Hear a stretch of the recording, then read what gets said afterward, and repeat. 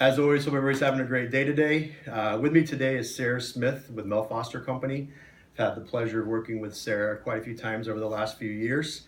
And today, Sarah's going to be talking about the benefits of using a buyer's agent. So we'll turn over to Sarah here real quick.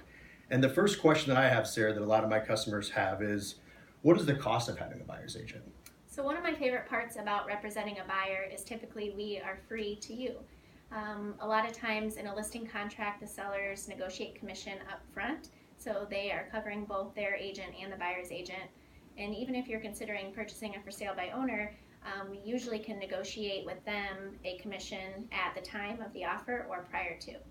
Wonderful. Thank you very much. Yeah. Sarah, the next thing is, can you please explain to us the biggest benefits or really the reason why someone should use a trusted buyer's agent?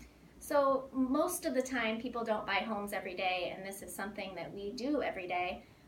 When you're getting a buyer's agent, you're getting a network of professionals. So not just me or an agent, you're getting a reputable lender, an attorney, help with an inspector, a handyman if something were to go wrong. Another big benefit, I think, is access to the MLS. So that's going to give you all the accurate numbers, more accurate than even an assessor site or some of the outlying websites, with the most up-to-date data for fair market value when you're going to be writing an offer. Also, more access to the MLS when a new listing comes on the market. If this year is anything like last year, it's going to be super competitive again.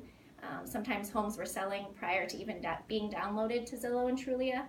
So I think it's important to have an agent that's going to send you new listings as soon as they hit the market.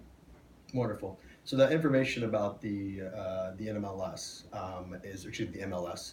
Is that something that also is helpful to make sure that a buyer doesn't overpay for a property? Because that's a question that I get a lot. Is when I'm dealing with somebody that's working for sale by owners, John, what should I ask for this property? Where should I start? And really, I don't have access to really, unless it's in my neighborhood, to give them direction on that dollar amount. Sure. Yeah. The MLS, the way we search typically is to look at properties that have sold within 6 blocks of that property within the last 6 months. Similar type properties with the same updates.